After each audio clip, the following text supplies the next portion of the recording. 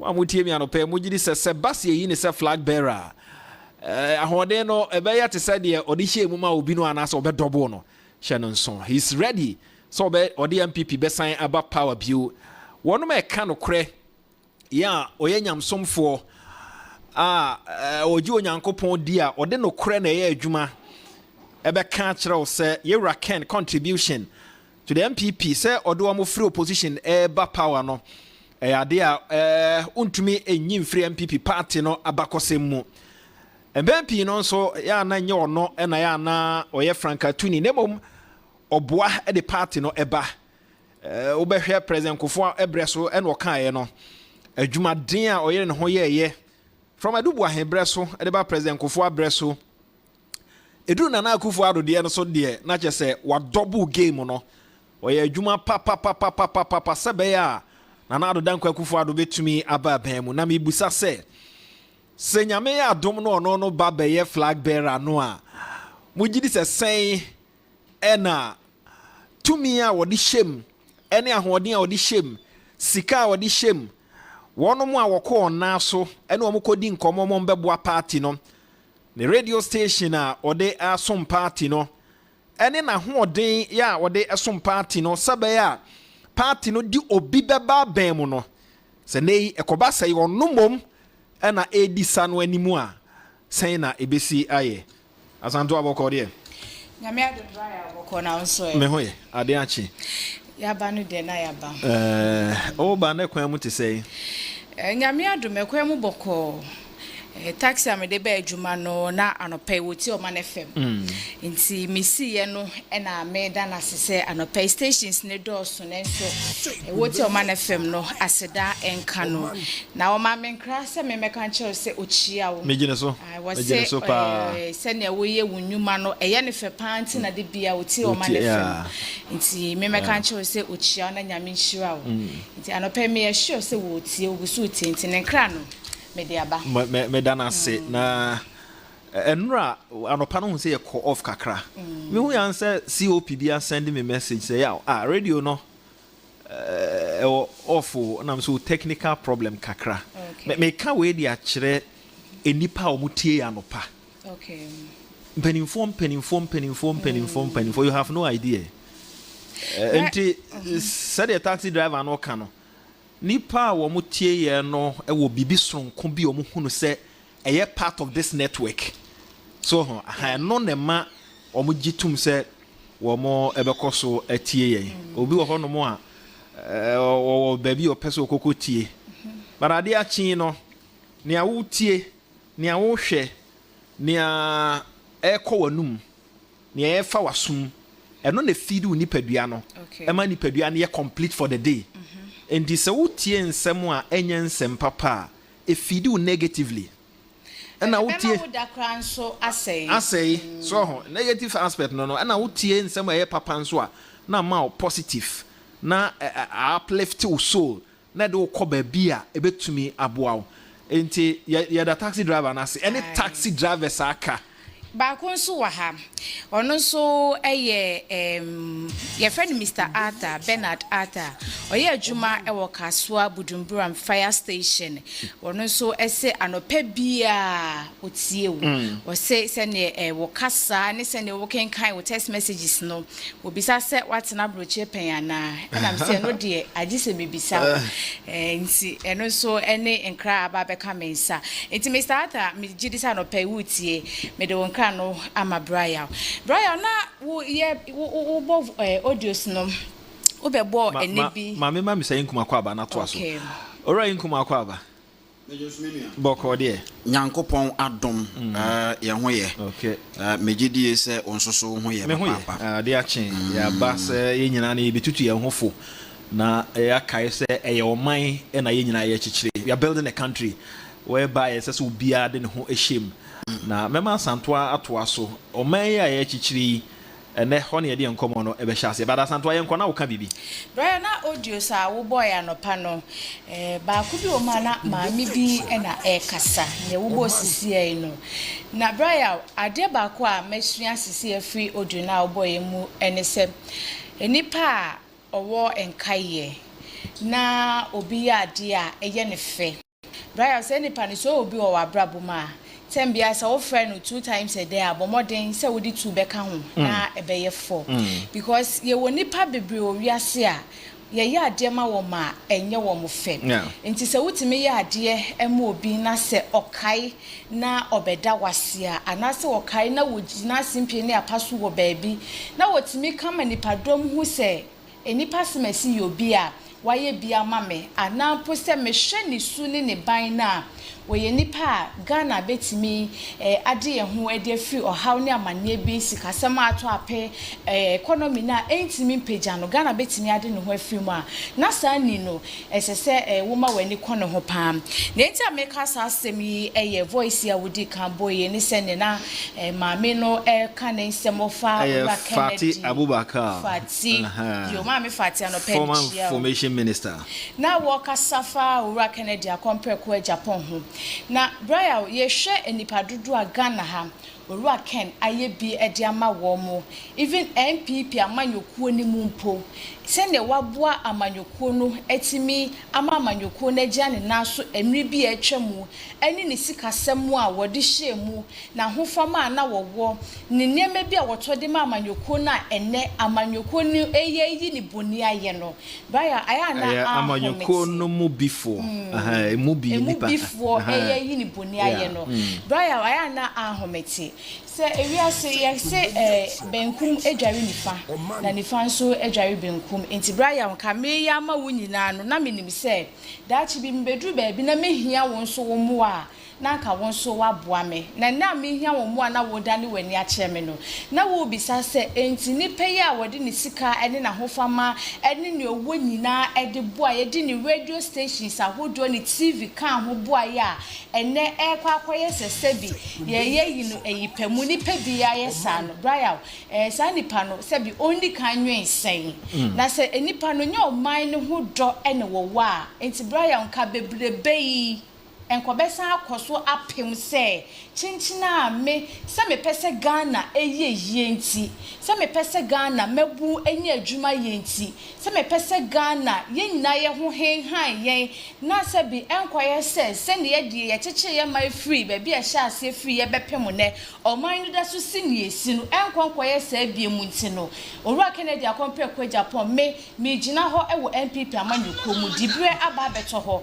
enu nti me se delegate se ensemu amene mu kaniye ne munim se metimi aye ana ne munim se maye pen no ne me pese me de to aso enie Brian se nipa we ye obi a enka se Ghana fo na se ne edi twidi trada eje ne so eye saa na me busa se eye saa no na eye saa wo delegate afemu ana anope no ne masem bisa na taxi driver no eni medi nkomo bisa na mo boss obi a ye eti a kire no ye hu ne nipa sonko ewo MPP amanyuku ni mu menka se bia oye nipa sin obi a de na mmom enema hodo bi oho aye di ni gina ho na ye ka no ho asem ewo amanyuku ni mu a ye betimi atene ye nsa woni so aka se Orua Kennedy de san nema we nyina ya de a ye ntimi mfa bi entage no na mmom se ne be ya delegate ebete yanse ntimi mani mu aye se ene wono nso betimi aye na famu de se ne wehu Orua Kennedy na wehu se obetimi aboa ma oman na timi agina ye ni de wono nso na famu de obeye ne se obi a obefa na car na pa bia no so far as woti Omanfm de eye den a obete wonne obete se wo ka se delegate ento aba ema no enti wanu si a wono nso ni wo ma mo car ni mu enkasa emisa se aso obi eye delegate e wo car yi mu ana na nipa no ma wo mo prefer ka dibre wo MPP amanyuku ni mu no omumu hwan e no pese oto aba edema no enti woni nipa ne keka na wabo Orua Kennedy akompre ko Japan hu dewro e de akere no otema sese na emne no e kan ye no enti Brian be koso any delegate akasa tembia na mekasa na kwa akogina delegate so esan se enche bia na ye kwa akoto aba no se ye betina radio su ye betina TV su programs ahodo e wona Omanfm e bebo Orua Kennedy hu dewro e de akere wo no na ye pese e kire wo mo se Orua no wade sunku bi woni mu a wo betimi aye e de ama oman no etimi aye ye enche bia na prophecy ahodo bi ene nam ye na sa prophecy no never the late apostle Safo Kantanka watwa na nanom nsiedo ebeto dwa se opani no wo bibi sonko wanimu a over 24 years wodi esie ewanimu a wan mo hu de ro anche Ghana for asomi bi sasa asemi sa adina na prophecy ni bai se eye no kre se enye no kre me de me ka no se na owo bibi sonko wanimu a nti wantimi anka anche Ghana for na papa no hu ni se Ghana for hu ni sen enti se na Ghana for ye so ni mu se ne so ni mu na ena ka bibi sa wo ho a enko de tudwa de ma Ghana for enti owura Kennedy nso bibi sunku woni mu obetimi de aba bebo man no emre na anie se delegate mu be na dom ani adoye na mo gina so ato aba no edi ama no nyame ya adom a enkunimdie kodema na Ghana ama Ghana Kwame Nkrumah Ghana na woja ahokoye no enye se nene ye hunu 107.1 so ni ha ye Omanfm ade ba ko a wono ma etie whether say wo office wo car mu wo trotro taxi wo car na o drive wo fie wa ye pani o ji wa home ade ba ko wo se nyina hye ne nso ene se owiase we abakosem mu no abusua asafo oman group bia mu no onyankopon yi nipa ba ko piem ba ko na mienu miensa ya omo bibi sonko a eno no omo de pagya sa group no do behwe no na abusua kakra mo ho no onyame apagya obi ewom de nyankopon de nipa no abedua mu ne se sa nipa no mfa nea eye sonko a ewoni mu no meboa mabusua ni nyina empagya okọwiase amaya kese tisa America no UK no ne ade a eye nipa kakra bi na dom akyede onyankopon de ma wo mo no omanfo no ma kwan ma wo de ye adwuma enene wo mo di so mfaso sade ya na Iraken eka no ya mampanimfo a wo mo abatwam aye ni ombetumi na no na me ne Ringo edin komo na o ka kire me se wo hwe businessmen na wo krom ha se ya na wo so fa wo mo baako no identify baby a wo ma hoodin free wo de be ye businessman na wontimi nyi president kufo mfrim talk about Asogli Ibrahim Mahama talk about Jospon group of companies talk about Uraken if so Uraken one kasa kan say president kufo time o man adwuma ubetumi abo and people should send me names of one more building one Jospon kwa ere Japan enko brabo a wabo okrom ha in terms of se obo ama oman no anyini no se wo kan se wo quantify no a huge Oba Ibrahim Mahama adwuma wa ye workers a wafa wo mo the contribution to this country a huge enti se yanti Uraken ase na ye nyina ya mfa ye ho anhyem ama wa me build this afo no more talent no to make sure say Ghana be connecting within the shortest possible time da bia no ye be kro politicians no bi aba eko ebi aba eko ebi aba eko but count them Yera Rollins breso no ehefo no build wo mo mo kai no amo ye mpanimfo tse okuku seku no moma yenhu odi no to nchen a President Kufo ede na me de minim ebi na market can because Ringo na e kaka me obobom mpanimfo no bebredi ya wontumi enyi wo mo wontumi nyi President Kufo mfiri o mabrabo a o mabo ene sika o manya ene nyuma o mabiem ofiri ho no Yera Professor Mills ene Owura Mahama ebae ehimfo no mo build wo mo me shada nim samo nim bia mo nka enkyere a mo ye business gurus ya o mo kroma se ya omo be build wo mo omo boa ama oman na tumpo omo free ho no na akufu ado ebae ehimfo na o build wo mo within one ankasa kra ne party any outside the party ehu se we no mo me Ghana fo nti ye nhwe na ye build wo mo ebi wo ho no mo a mo nka nkyere me but I can also talk about Gabi Sarochire Dako and he's a business mogul ebi no betumi aka ho I'm building the point say am o man chichiriye obi ne piem na waso nipa ni nyina nsa o de ba santimemu a Santini Abranti awagini che wako Germany. Bo hu so afa no wo fa ase we. No afa no wo fa ase we. No afa no wo fa ase we. No afa no wo fa ase we. Ya na eya hoho ase ofa ifra brochira ba. Na no wo fa ase fo na twa ne ho ahia. Na nkwada nketo e wase na ehoro ne ka. Na wato aponchi bi na omakum no so ho. Na wo fa tidua ase no kura ne paper. Na we never ba no abon cash. We never ba no abon cash. So ho.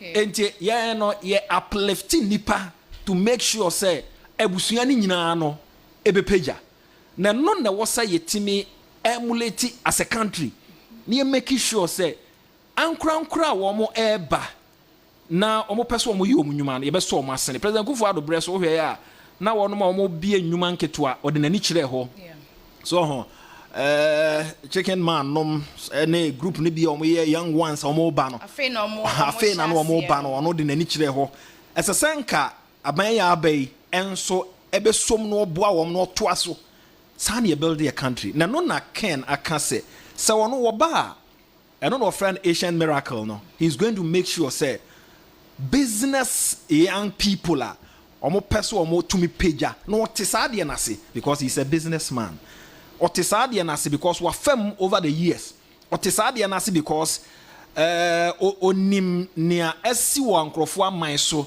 going around the world enti yewo akwanya si ebetumi asesa ye man yi yewo akwanya si ebetumi asesa ye yankasa ye daache ene ye madaache na wonom so daache ene wo daache yetumi ayeyie na ebre no ankasa eni among the lot wo mo ejina no wo mo nyina qualify but eba se baby ye jina sesei yen create nyuma na yen build it up business environment no ema wono ma eba no nso ho han wo mo a me gidi se na won so gidi se ye raken odamufia. Today I'm really excited to be in this forum to celebrate Honorable Ken Ohene Agyapong for his selflessness, his kindness, his sense of humor, and his honesty. For the many years that I've known Honorable Ken Agyapong, my first impression was that he's a very powerful voice, or he is a very powerful voice. We know his voice drives social change in attitude, respect for time, discipline, amongst others. But the past few years that I've become a de facto member of the Ken City family, I learned that his actions even speak louder than his words.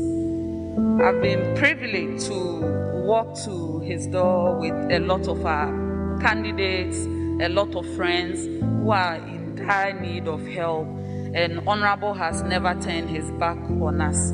So for his immense contribution to my party, the New Patriotic Party, of which I'm personally someone who has benefited from his kindness, and many of my contemporaries who have benefited from his kindness, I say God bless him. Also, something happened that I thought was extraordinary, and for me, it will live with me for the rest of my life. You remember when the Notre Dame Cathedral burned down in France, and a lot of millionaires lined up to make donations? I said to myself, this will never happen in Ghana. But to my surprise, when COVID-19 struck,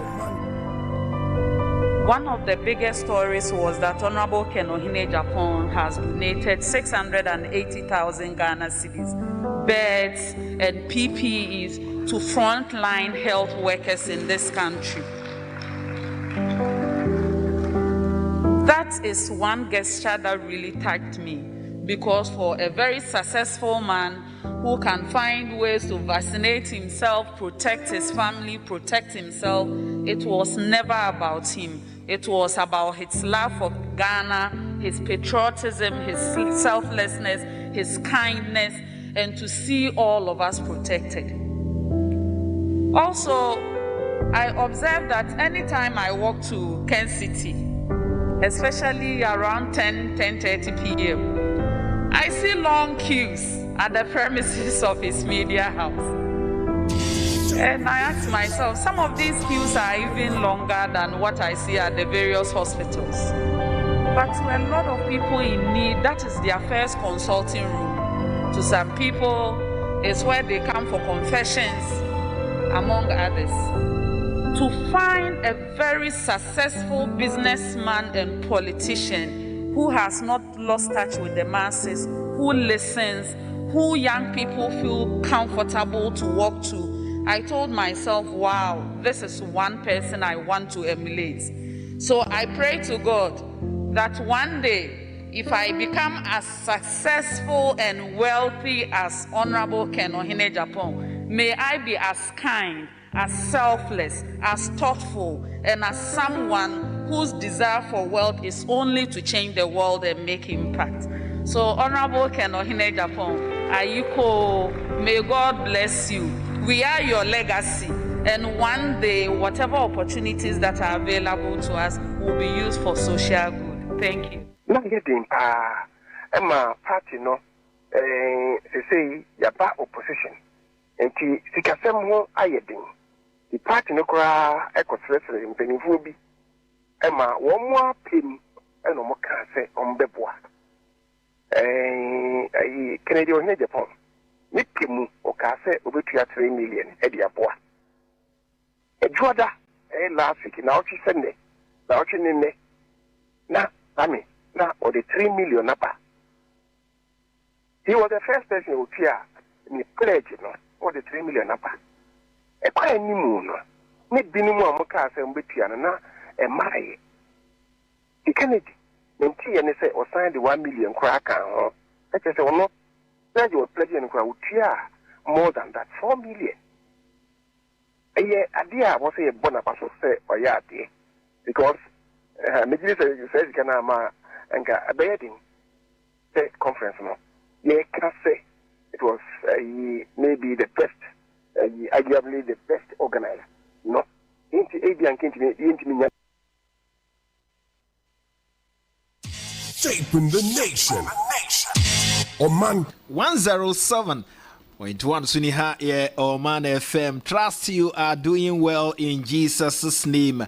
My brother, this is the third time I'm sending this message. We are all doing what we can as pastors to make sure Ken becomes the flag bearer of the new patriotic party. But he shouldn't forget about the spiritual things. When prophecy comes, you need to work on it, because these competitors are doing everything through spiritual means and other things to bring him down. Please, please, please, please, he should open his eyes. Reverend Oduo say, and so Edia or Dia Banano. Redubo, he says, at least, yeah. Be fair to Mahama, he established the Muslim lady Anna also in Prekuno 500 Ghana. Redubo. And then Samuel Brian Buaben Ewaushi. Rollins came to destroy local businesses. You are right. Ayi Boachi Mattress, Apino Soap, Poku Transport, Tata Brewery, and many others. You are right. That's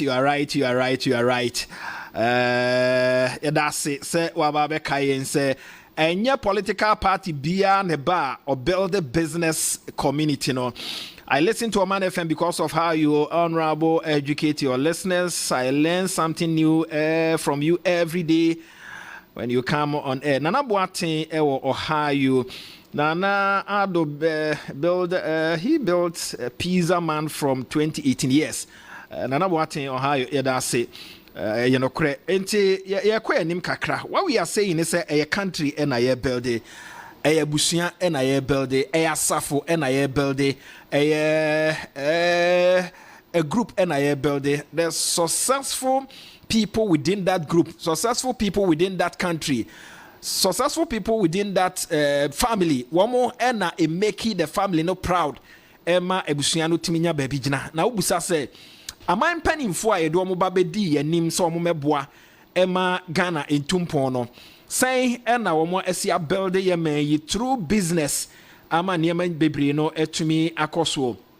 Yenda Yankopon ase say enei yera ken aye krado ya oba. Ye hwe ani mu se nyame ya domo a bibia betumi akoye. Msankum yanko yanim kakra no pe na bibusa se wo be hwe ken na over the years MPP co-opposition a Obon home odin bia so the party na ebeba bem.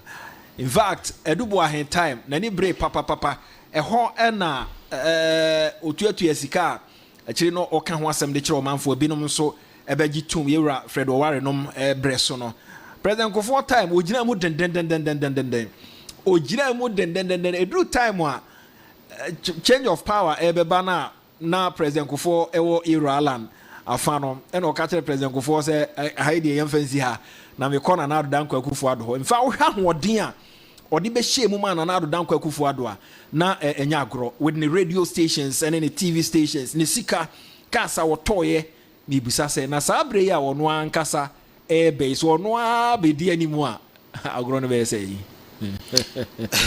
menua ya ma menna wase that is the hallmark of a legend Yura Ken ohene Japan eye obi a se yesi ye kana bakwasem ewo New Patriotic Party amanyoko no mu a obia nim ne awaye modern bo a wabo ene empempen so a waboa ama MPP party no since 1992 yetimi ama party ababeduru baby a ejina enei na ho fama ene se ne awaye ready se obeye party adwuma emwa why na adwen se opeso de bo New Patriotic Party amanyoko no ama party na ni onyamo a wo mo e de hyase no etimi back the spirit of New Patriotic Party no ebetimi assign back eti honorable Ken onya Japan de se ye kana asem a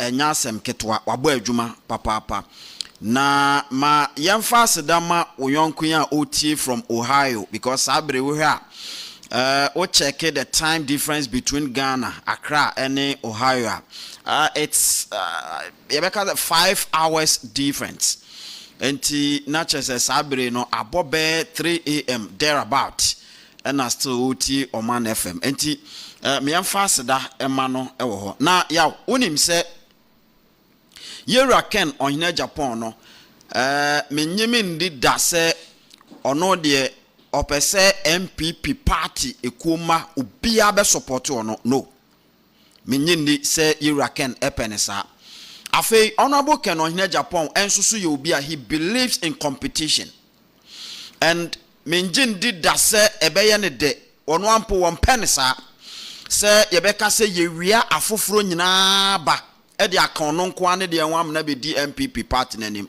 He doesn't believe in that. But Onunu believes in competition. He believes in fairness. Or Jidi says yemo obia kwenja naso obia express no ho yema obia kire ne obetimi aya. Yebe hu say enipa wodo ewo anidaso. Now, talking about building business people. Obi bebusa say ade na say you focus so anase certain government be so much particular in building business people. The reason no is simple and only say you see say we empo nanseng recent statistical Ghana statistical company limited at the beto ho and as authority at the beto ho no we 2021 and no years last na it tells you say enipa ewo omanyimu womo a eye adwuma ya ewo Ghana ha no we are talking about 9.9 million and womo ye adwuma 9.99 million and womo ye adwuma ewo Ghana ha na out of sa enipa no yebeka se emu 61% and 67% of them eye nkofo a omo ankasa ena omo ye omo adwuma they are self-made business people na sankofo we obebusa se omo so mfaso ene sen emfaso e wo omo so ene se economy bia be grow a these people are the engine of the economy eti se ubo modern ma wani ekomo ho a eyade a ebeboa and so when you are looking for growth for a year economy na se we wadwen se we oye NDC ni oye business person de nanso oye NDC ni oye MPP ni enye MPP aban na tie adwa so NDC aban na tie adwa so eti me target all the NPP related business people no na bia maguo mo adwuma mase wo mo me target NDC business people no na bia mase wo mo adwuma maguo wo mo adwuma ka hunu se udi wu nkosua no na wo nkokọ na ogusu a owe no eti wo sen sankofo na eye Ghana no ana wo sen no eti ehun hia se aban bia no obema nani aku sankofo no. And you see Yera Ken on Japan ayo obi a se ohun se wo ye business a opobia all the time no wankasa wo de wadwene e create bibi wankasa wo de wo ho to wadwene no wa ho de anyankopon de ma wo so e create bibi a eni ho e de aba. And so unim se ono ansakra no ne political colleagues a onim wo mo na onim se they are into business na at a point who say menkofo ya so manim asesa ene ade. Typical example minority leader Yera Alexander Afenyo Market. Afenyo at a point 2017 MPP abamba ya che positions nyina wie na ya manu kobo ya manu baby ama na nkoto na timu se ne kra adwane afri ni nipaduam. Yera Ken onya Japan hu no pe no say no abrante me hu say wo potential but we obi a me hu anim as a problem bi e wo ho bomode ana bra ne enko na koka kire me eti ono Ken onya Japan e make sure say Yera Afenyo Market beka ne ho no one no anante odne tena ne kam na ode ne kodu baby e na otimi kan ne ha onyina e de kire no o say look business de eye fa ho to business no so more appointment. I'm going to give you money. I am going to give you money. I am giving you huge sums of money to inject into your business. And what this is this is a public information. Everybody knows about it. And what this is and then here comes Honorable Afenyo Market, a kebi odi wo baby are locking the business. No etua afe ono no asan ba be sikwami a oye adwuma ekonenim. It is second on hin Japan Honorable Kachira when say, look, I am coming to build business people. I am coming to make sure that business people in Ghana will form consortium. Now omatimi aye adwuma biebie nnwuma ahodo akoye nimu a o wabakwasem ni bi wo hodada eti yese kwatre kwase obefra wontoma tienidin bisanidin so opani wudin de say o se me de kwatre kwa da wontimi mmoaw we are bida eti se wadi kan aye bida na nyame ya dom na menya akwanja na se me baba ya mi be hyem kena sania na nabi eka ye no Yera Ken ohina Japan honorable kan sembia obi abegyinadi ya let's mayere talking about consortium emfaso a ewo so meba ho 107.1 so ni high Omanfm anope na ye hwe building a country, building a family, building a church enye asor ne keke enye abusua ne keke but nipa ewo mu a omo ye mema omo wom ye ka be ma yon so a yesika ene ne ekeka ho nnwuma eno ne ma oman eye oman me sha ase de free Yera Rollins oba ye me hwe businesses a obe build ye ne boa eboa oman yi but e bi no be kai so mom de rider obegu nnwuma apino nom ene boachi mattress nom ene ne niema yo no na akoye se wa target nipa bi ena odi na niasi wo so na ogu wo nnwuma president kufo ba ye no obehya ase se o build businesses haji ahumu akwaba oh what to say alhamdulillah okay. Alhamdulillah na no na ka kire se president kufo time no mo na mo ye young ladies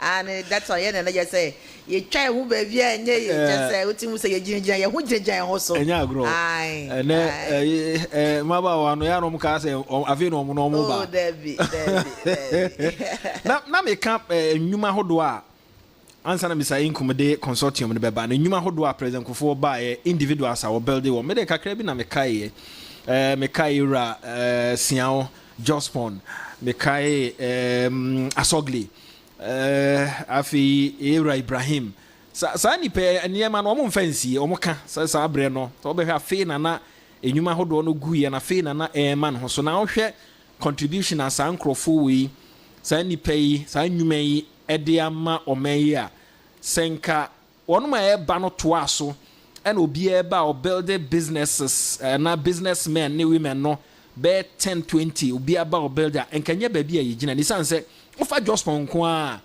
abrabo a wabo okrom ha na huge, very huge ono nko a in person no nipa wa employ wo mo adwuma wa ye sika akodi nkrofo ho contribution wa ye wo mo eco school wo mo hia moa Yera Ibrahim o hwe ne contribution wo Ghana ha wono ma yare wono ma hia adwuma wo mo a obi na so na sene de na ejina ho ema nia ekoso no etimi ekoso sabre na o yan o kai businesses ni bia president for build there yo me nua be mama memfa akonya yi so na menchia otiefo ene ahwefo so a mo hwe so Facebook live right I mean say most stream live yeah na enra so ye ma woda meda enipa nase sebe ya o muteki utri milited one enko emfa ema onyankopon ne yeda na se wama awoda no so akọ kama edanyame ase nti utri nkwa iti dase na we dem ye sorry na fe so magina kwanya so achia me papa Ken ohene e Japan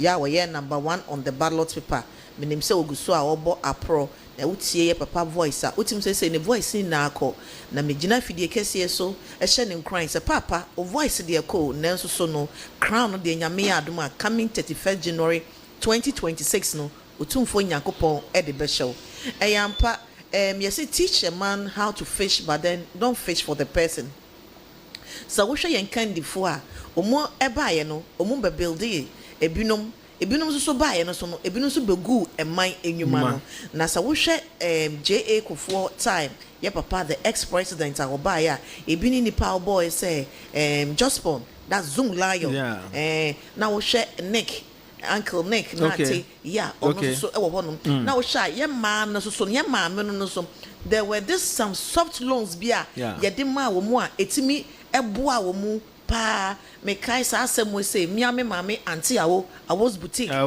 yes me mame ba akopɛ no no je say e ma no so opegya omumu e ma wotimi hu say enwuma because say enwuma no e wo ho no wotimi build it individual say ya eboa ma ankura ye mpata mu no eboa e ma ne konya positive impact e wo nation no eso na wo hwe enimdi a ye papa Ken ohene e Japan ya wo ye number 1 on the ballot paper no o say kire enipa no se ne yesi chinam ba men koche enam ne ema no could you believe say your last campaigner ye toya ye drew western of as I speak to you now me yes seminar eto black soap enu bi na medware dwabe hima enu bi no yusu so udi Ken ohene e Japan achi a there is no way a wonsa ebesi from oma hu say ade anyankopon ade adua wo mu no eso enti ne menye lazy emfa wonsa enhye wo demre famu na okeka wo ho a wo susu no obedide ewo wa brabo mu enti MPP delegate yesra mu say honorable Ken ohene e Japan nyame ya adom a coming 31st January 2026 no mom yankoto abama no are you ready say oba be build individuals not individuals say wona ma say no afa say o build no ono no utimu say nyakopon ache ade ne say owo the second eye wo de hu say wo yes say ebeboa wo yes say ebeboa because obi ani wa businessman bia so ni wo pese obeto ne sika agukwa businessman ma wade a wotimi o ma wona so de agina wona so enti honorable Ken ohene Japan why you willing and prepared to help you say if you are willing and I say ready to help yourself you say heaven help those who help themselves and honorable Ken ohene Japan so wo share yen trouble your problem ye bon na was say let us build businessmen so wosha say you build a businessman na the private sector no ebeboa akushin the government of the day and that is what Ken ohene Japan stands for adia ba ko a ema oye stronko say oye MPP ni but ohunu business community ni say one family yeah whether or not say oye NDC CPP and now any other political party in the can say Yera Ibrahim share Jata Samenta say or endoso ye catch the Ghana for nyina say was more ekoto. In fact, we fighting the party no crowd baby atwam say once a nipa ne businessman no be adwuma Ghana for nya biaye no. We Ghana ni and Ghana first. Such a person no for me it tells you says abre kwa no nya na just of a president. What it means is say oba or become business community ni nyina bom whereby a ukofa business ba na otie no hunu se ni so ade hunu wo mu a enye se ukofa ba bi na obi aka kire se na anu ada ya se for $100,000 brand sana ya makwan ma ode no obi nso peso ode percentage bi be hye mu no ni ade business community ne mu de nie enti monyere mo ho se be ya delegates na mo nso mo ne wo mo ebe kasa na ba se mo ne delegates ne kasa na wo de ne ba na business community no epagya ni mu na ebumi a asofo ho beto mo fi se kwada do mo nya adwuma nya da biara da mo gina mo kon so no ebekofom ne se ntina wo sa asofo nso ede wo ho jim no mo nso esre delegate wo ma sorry dem ne se we na nyame adom a mo mfa no emra sanso so na mosque ahodo nso esese etumi koso ho na ankrankre obiara de ne ho hyem bi na ye pushi sanse sade me kae no abusua oman ekuo baabia no onyankopon pagya nipa no bi bem na sa nipa no abeso omo aka ne nsa na wapushi omo na wode omo eko se be ya bibia no betumi ya kamanti baabia ye nam sesei no mo ma ya nyamfom so esanse bibia wone mre na wosenkafo ye kyerosem ne kae se bibia wone mre ebre we ayi wo mo no si etumi atwuso no brighter it tells you said the next 10 years Ghana ebesesa ama yenso ye nyina no ye ho atoye homu wase metwa to na me ho se obesori kakra yo send me nua be ma wo san kan no elections we ni we the businessmen businesswomen we the mo amudie mudie enti mesrem mu na mombra on board we say Ken Ohene Japan he stands for all na de bia na some can say Ghana first no matter which political party that you belongs to the country is bigger than the political party that you belongs to so Ghana first so businessmen the women in Ghana please come on board to give your massive support to Ken Ohene Japan. He's number 1 on the ballot paper coming 31st January 2026. May say na ora income eka consortium. But before then, what an in-depth submission by Mr. Inkum. Going by his statement, the NDC has a tradition of targeting political opponents and smearing them to stifle their businesses. If they listen to Mr. Inkum, they should bow down their heads in shame. That is the more reason why the MPP delegates must do it right by bringing Ken to come and redeem Ghana. Okuseku ewo damfa. And you added, I wonder why the desperation some MPP supporters are displaying against Ken was rather not showing against the NDC during the campaign period in 2024. Even in the last 2 by-elections, which the MPP lost, having won the seats earlier, the NDC had a full day to snatch the 2 seats with ease. Why is the party fighting so hard to be its own enemy? The situation is even more baffling considering how Ken has rather become the obvious choice now. Okuseku ewadamfa ena ode we by consortium ho asem ena na Mr. Nkum na ode ba afi yenku anim. Yes, yaw enti sanya na meka no yewura Ken washase edi industrialization hu nkomo talking about consortium. Now when you talk of consortium emfaso e wo so no you have no idea when him say about that was 7th May 2022 and the value of Chelsea Football Club at that time it was around $3.1 million, $1 billion, $3.1 billion. That was the value of Chelsea Football Club.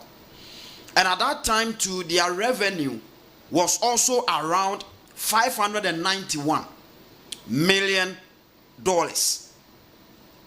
And they are many say Todd Bowley, anyone more can form a consortium Equator Chelsea. Go and check about the value of Chelsea as we speak. Chelsea value is now around $3.25 billion. $3.25 billion. And so it tells you, says a consortium, it is bringing business people together. Maybe 5, 4, 6, 10 of them. Now I can't sanko phone in a boom. Say, Oka sanko phone in a boom. Now, fe, what the capital no equity woman.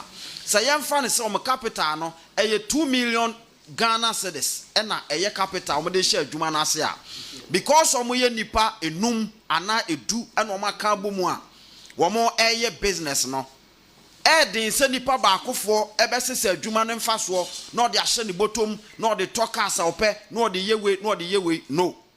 So anytime bia no emfa so beba company no mu, anytime bia no ebema company no mfa so na aye bebre. So all the time company no beko so a expand it.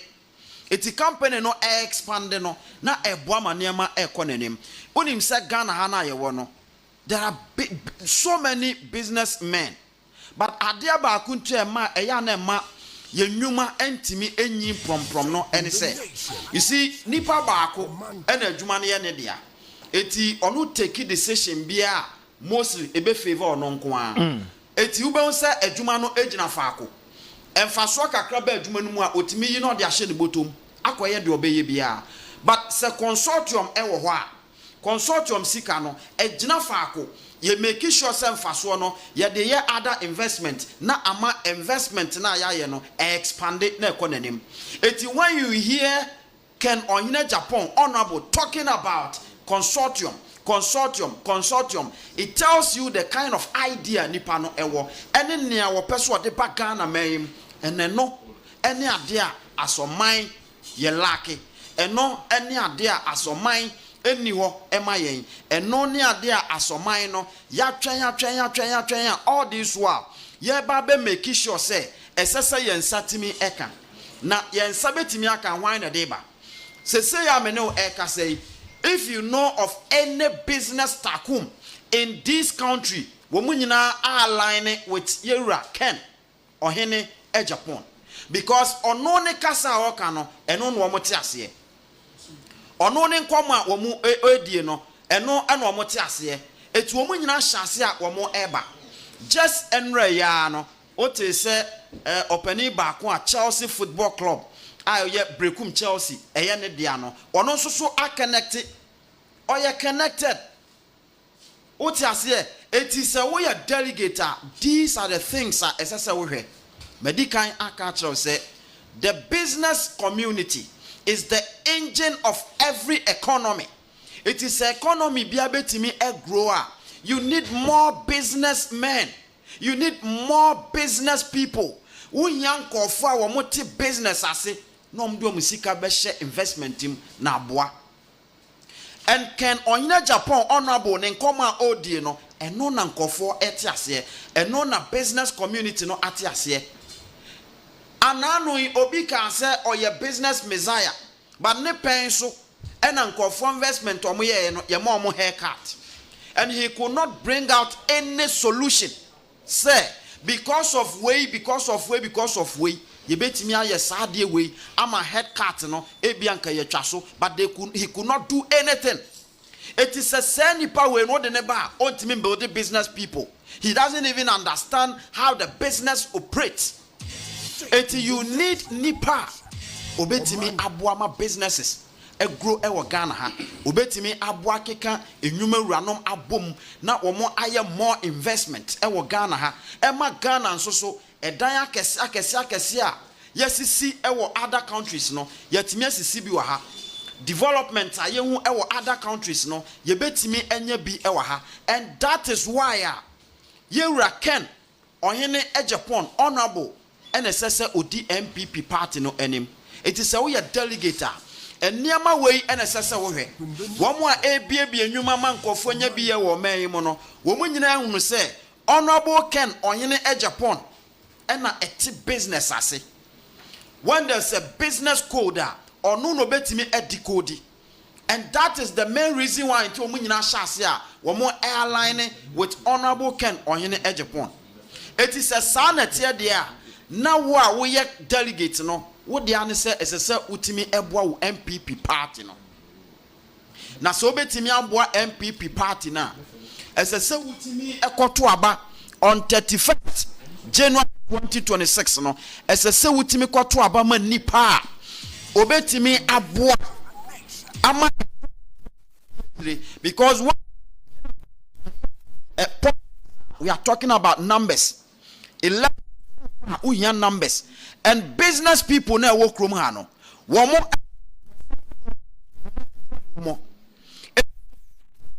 influence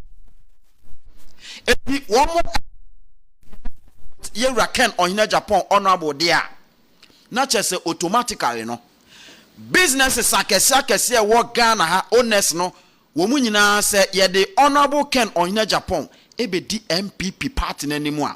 They are all going to make sure say they will influence things in a way when so much for in a way ya omunyina beto aba ediama MPP party no. We are looking for numbers. To say whom Mezainkum so mame na yenko ahmano so Shaibu la Sisi a reporter on Iraken nam ewo ahmano so na yenimse ene aye kasei enra na womo ewo emiaye ahodo te se Ahanta West afi mpoho kwesimintim takrade ene empotemu ahodo aka na yenko ahmano so na ye ne Shaibu eni ho nkomo menu emo acha no pay mejo samufa na ho te sei boko na so ye ho ye ye da senso ye Raken ho ye pacha no ye okay ye da se no pay update ye adwuma no ko sei yo amufa medase na before I make asano yan kancha party pen for say omo next meeting na omeko ni Tuesday no de omo kwa akoyi inim ni fidie bi omusumu so de so no ye ne party for ebeka amufa and na omo ke ba ko Japan unity toy in the western region ifra shewa agwes and a call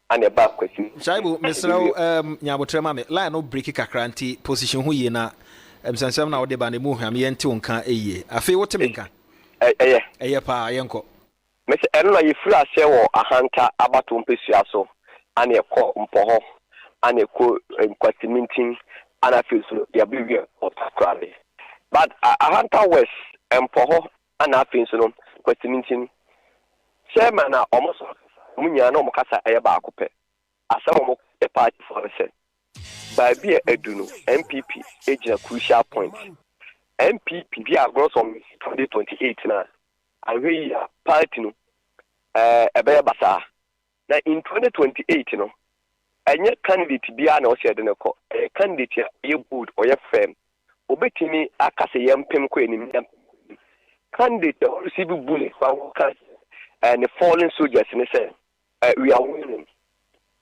honor Kwana come Japan so the party delegation say obi aba omo enye ne fa so na omo na ya party for some mota kan so ana nipa nimu omo ko munye ya dehye ye do obi akọ yi no o che say se obi akọ na yi aka 2024 de ne ko enke yi se bi obi so pe board se banche ko dwa so a obasa so wa de e de abafi enti sansensem na ya na omo kan de ejabi wo ejabi ti ase ye ka edda da wisia the party delegates edandru a womunim de Ghana for esufre no na yebedru kwasimintim abato mpesua so ana constituency chairman ye fa ne Jerry Hansen osoro ka che party for no say and MPP mu indiscipline aba party mu ni public man say discipline e party e honorable Ken we say omo former MP a okọ 2024 election olusu ye party pick up honorable Ken eba ye omo de ye adwuma no olusu ya wafa region for the Katabason Pamra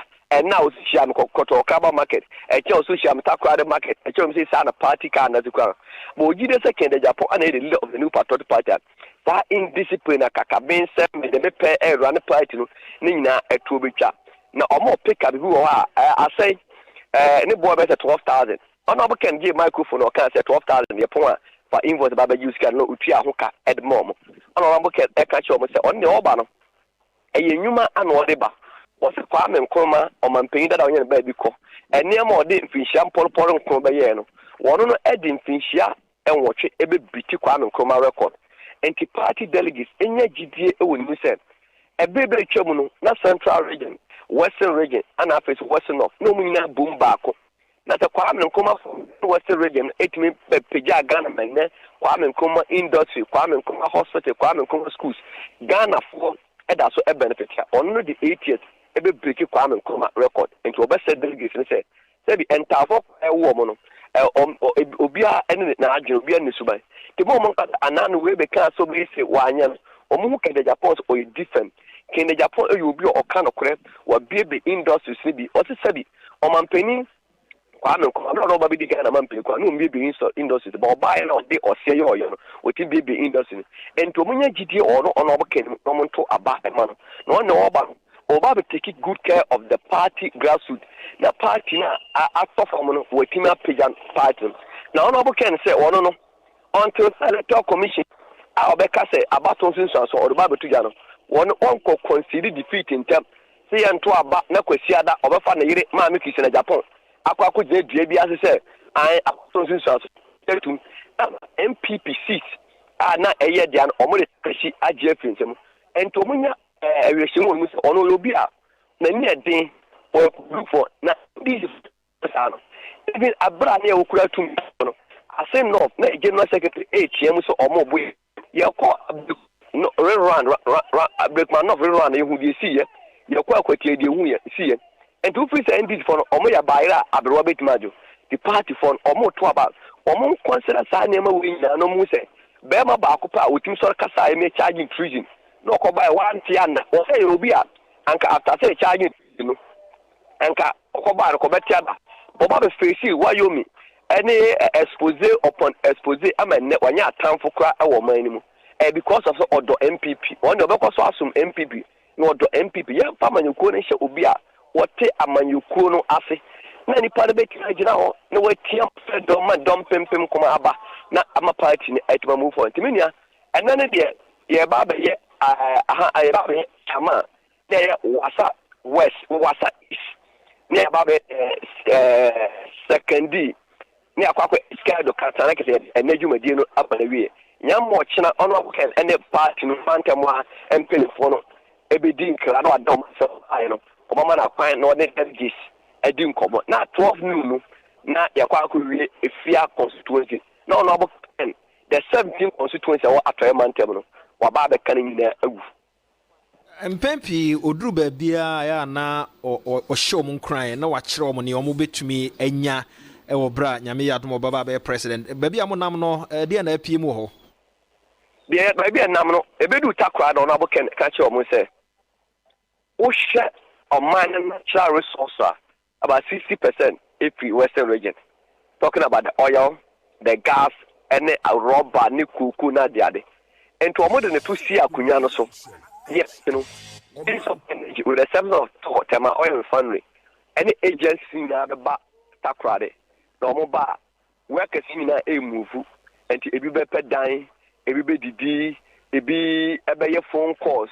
And then I'm saying man for better down.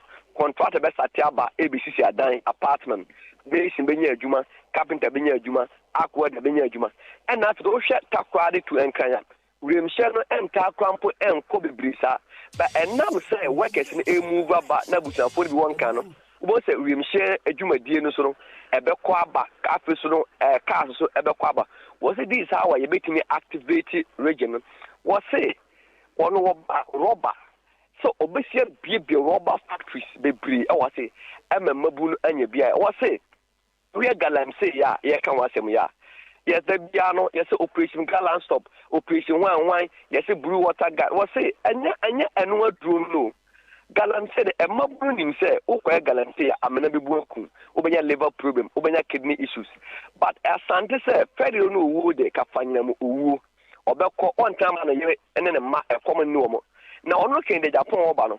What the factories about say, so the even corn oil factory in Baha wasn't a factory be a minimum ampany per 5,000, 2,000, 3,000.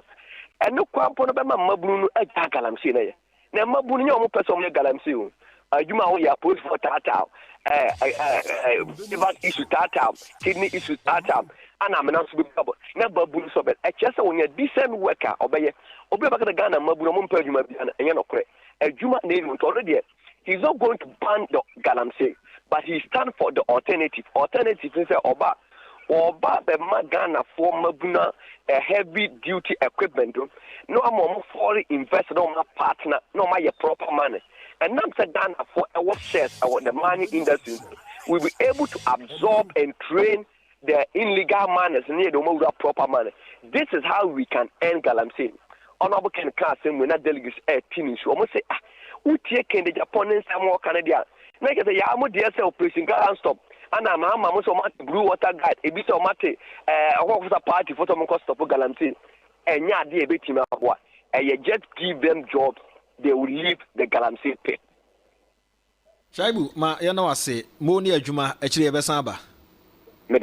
Yes, so yeah, that say a reporter Shaibu La Sisi ya on Iraken Namno and Yatin can 107.1 Suni Antec Fuada Roma, your Spanish garlic mixture and then a capsules, Spanish zinco capsules.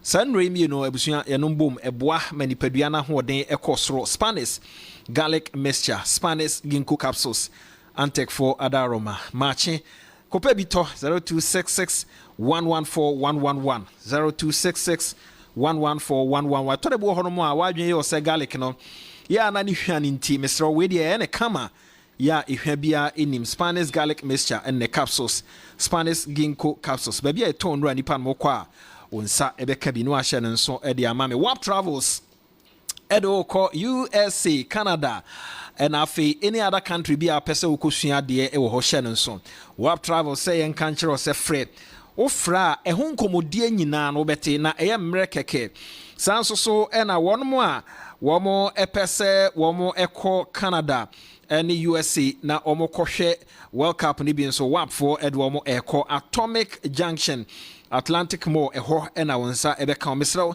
opese utu kwan asem ni yetietia akwantu ho nsem no de kobo ha na wipe o de kobo ha na wai frɛ WAP cc a 0242 797 0242 797 114 0242 797 114 na on a WAP for any income the luckiest lucky everywhere star 712 hash star 712 hash follow instructions no star 712 hash first option no dia second option obetumi ayam obi nyame adoma sika dem crow na nipa crow no wasre the luckiest lucky everywhere Neno Swakai Ashenenso Ade Amame JK Industries and Investment Limited for Semen Kayo Natarat pencils NFE mathematical set omedia band omu tuton na brabe pebi so we assemblyman we member of parliament and sorry ya mo pese mo ye donation in numbers o mo se mo ba ebo no e wo form Natarat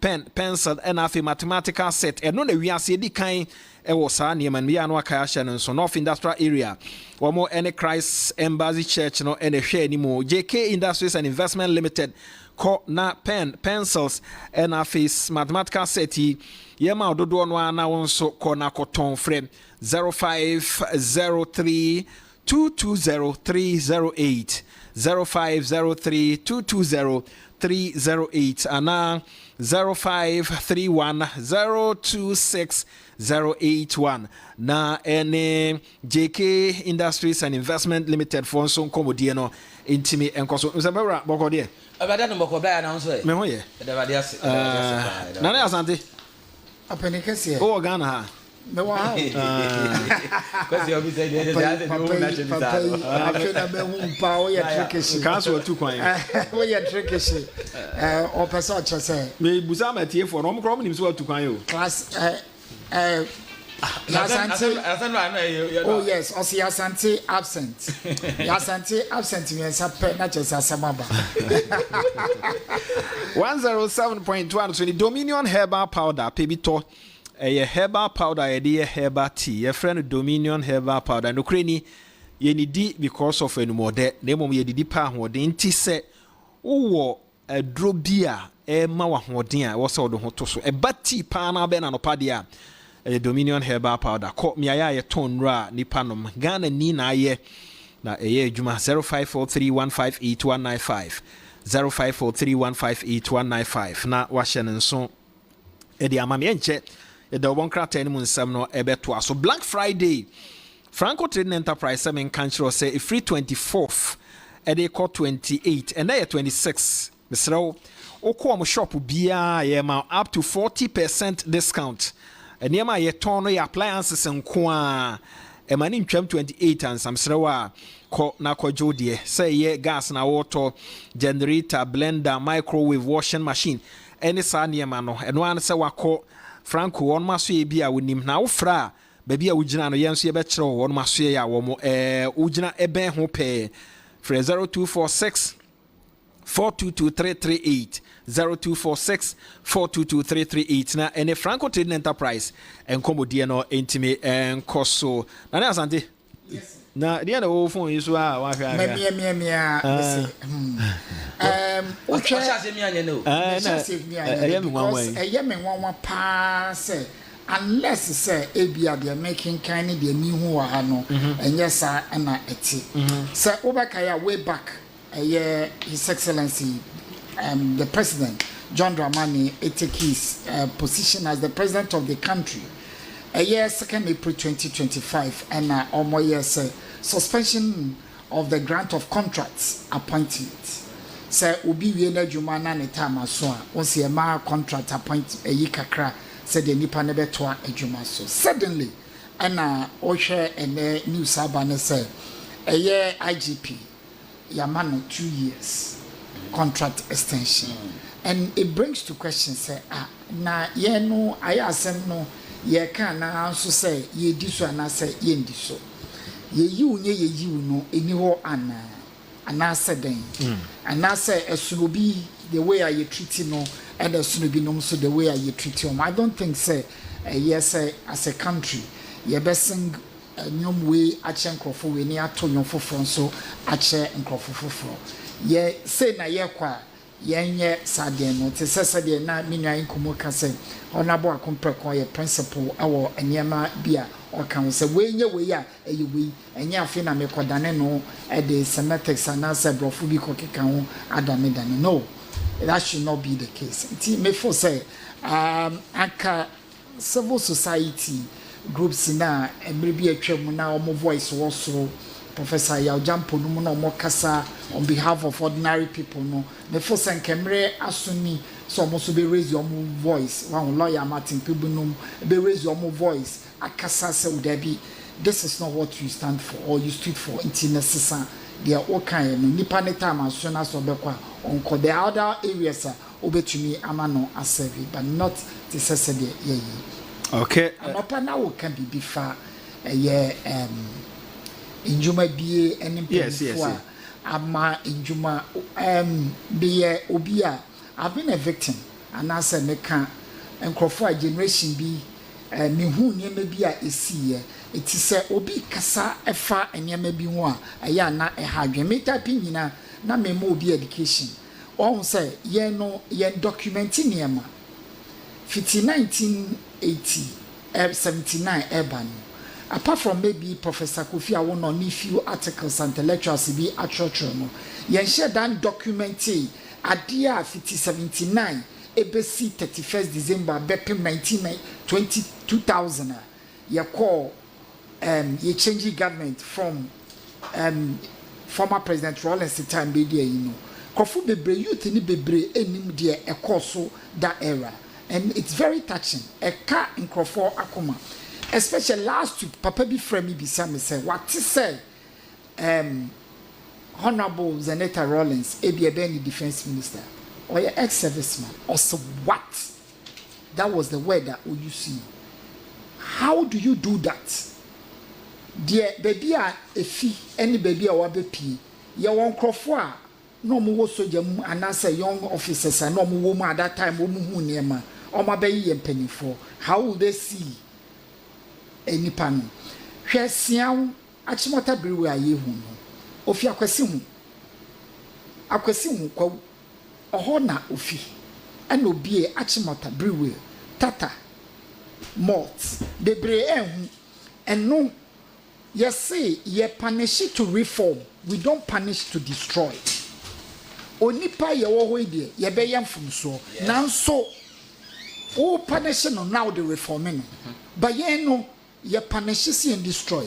At that time the youth, some of us were shouting let the blood flow and in niema Emma ye pamo and understand how open the biggest of the brewers our Liberia. Almost on Tokwania de no share the ecosi our honor. Talking about the subwatch mattress. Circle one I will be Salifa Mankwaje boss no. Obi dia Obi ofi baby. Nya Sophie baby se meka Sophie baby o. Odwen dache and ohun se no. Minyade we di si anoma. Betumi dia ye metumi dia ye bi. Ye pia nipa no atonchen because ye feel say eni say obi individual ye adwuma enya sika anase oye bibi. We may falter, but the thing is all punish no na all reform yen. Example, sabi ye boni tuo nya sabi po ye boni tuo kunu no. Bon water project plant e wo ho no. Wo de wo be hu sempera. Baby a wo finti. Wo be hu ono na ya de ma yen. Enne me ne wo kase. Ye woni ndie example ya boni tuo dansoma estate ni Kofodua new estate ni adi nyina was under a champion. Operation Feed Yourself. A year Juma under Benasco, a champion. Too. Can you imagine what would have happened? Say Parliament. I'll prove me a see water plant. Ewonungwa. See I'm coaching a punsu. Now over $150 million. And a siwo. Kasanda. Anka set time now. Anka sancrophone. Yabe yomude. But people are walking free. So walking free. And some even have the guts. Ebeka yawo achere nkrofo. Amedome. Roger Felly. Dem boni no mo ye. We are committing more crimes than sankrofo. Me nana openi Kofi Niama. Ko Niama nye de na yede akokora, yede blog ato ne saso na onkoto no sori eboni na so no ani Ko Niama. No twetimba. Ankenya kura no Ko Niama oye mfuo ka ho no akobefa nkrofo adwuma.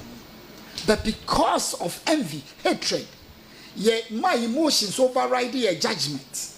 Shede yaye. Ankagana baby enam no ankeni se wahano. We had people who were producing cigarettes. Ewo kroma no. Mr. Ebetimesa ne papa. Be Mensa. Na omo provide produce ewo kroma no. Because of hatred and emotions. E yawo e won krofo mu we yenya menya enti na ese yeko ye ma ebinum efi ho no ene hwe ye and no sa principles na enye bibia niu na honabo akomprekwa Japan ekam ade na ye nananom ye ya eye no eno ana all kan ho ase.